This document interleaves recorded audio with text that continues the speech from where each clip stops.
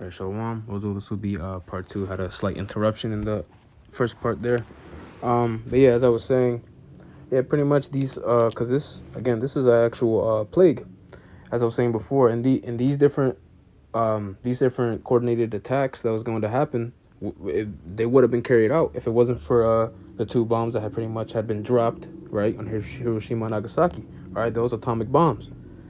All right, so this is the last part I'm gonna read about it. This whole um, because it appears to be just a different database of different historical or significant events that I can read on, edify yourselves on. But it says here, as the situation in Japan, it says as the situation in Japan became increasingly desperate in 1945. What does that say? I think it says Ishii. Ishii devised a plan code named Operation Cherry Blossoms at Night, which was finalized in late March 1945.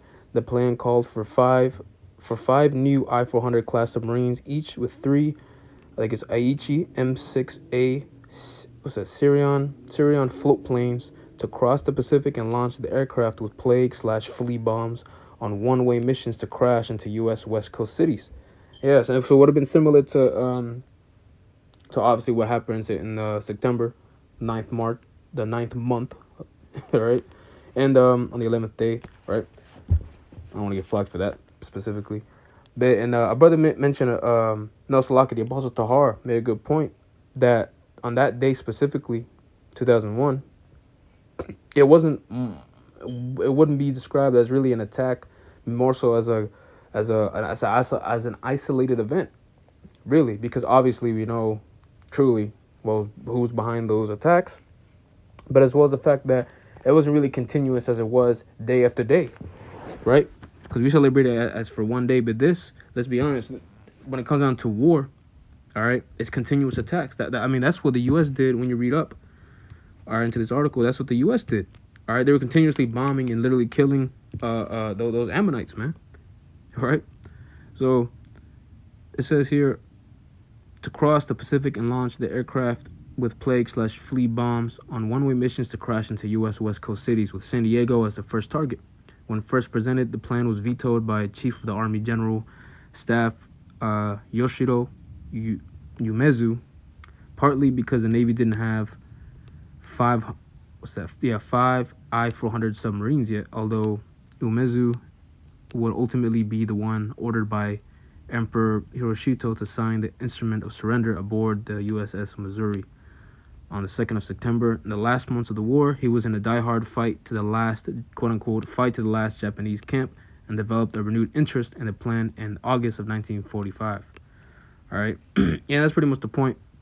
Obviously, that didn't happen because it was eventually, nuked, literally, quite literally. So, and that's something, of course, that the world has never seen at that point, and I brought this out only because of the fact that something as a vulnerable attack, especially towards so-called home shores, that's not far-fetched, all right, at all. Look with what's happening with Iran and what's happening and what will happen in these upcoming war-ridden days, all right. Even if it quote-unquote calms down, all right, even if it dies down, even if Trump decides to pretty much cease fire, right? Which, again, it's only going to be accelerated more and more. I'm going to bring this out.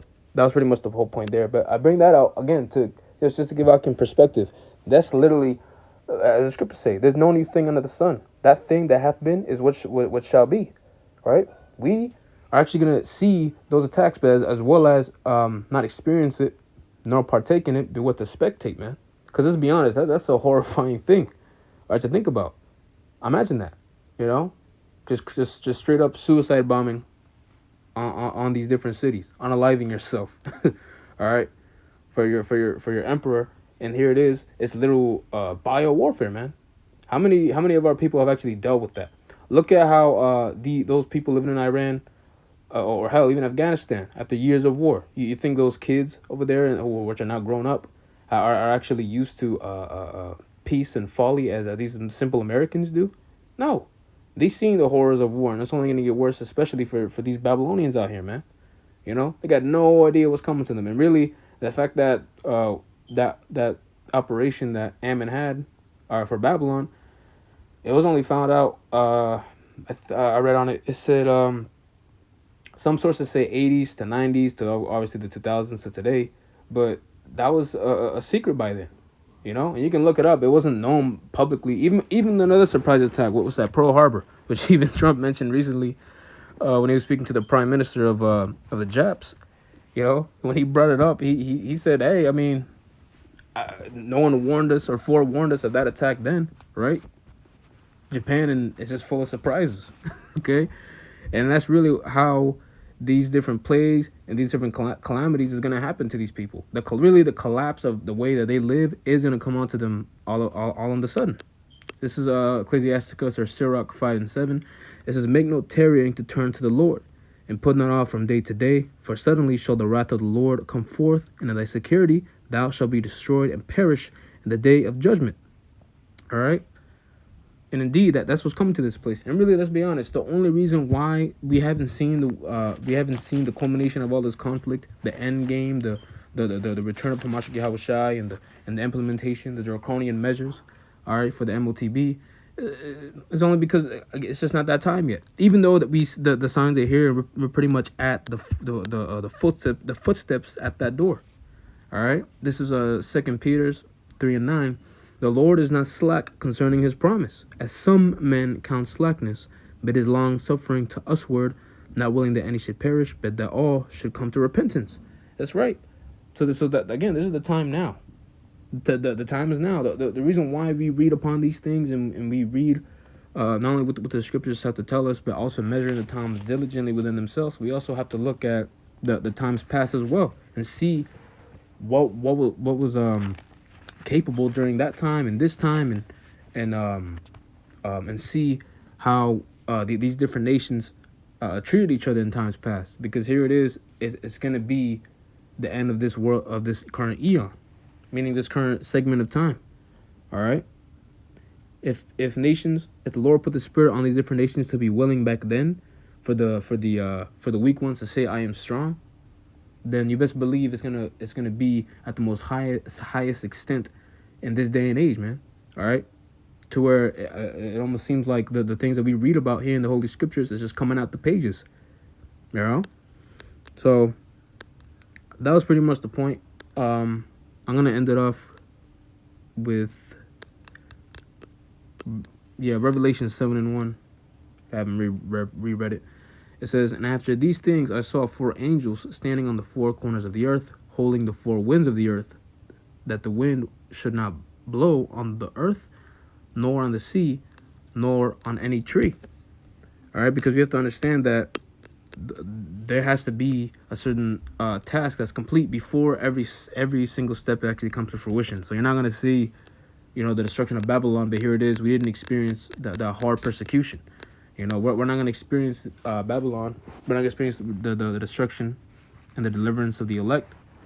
The destruction of America and the deliverance of the elect, we're not going to see that yet until we've actually seen actual rumors of wars and wars, which we are seeing right now. You see?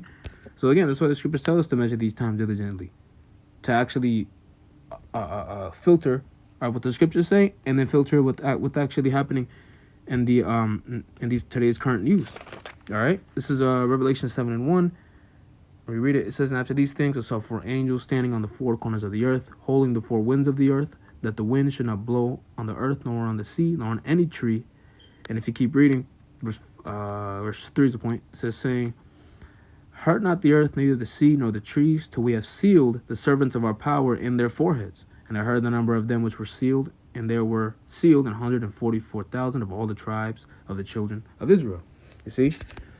So everything that's just spoke about, that's necessary. And as the scriptures call it, these are just the beginning of sorrows, man.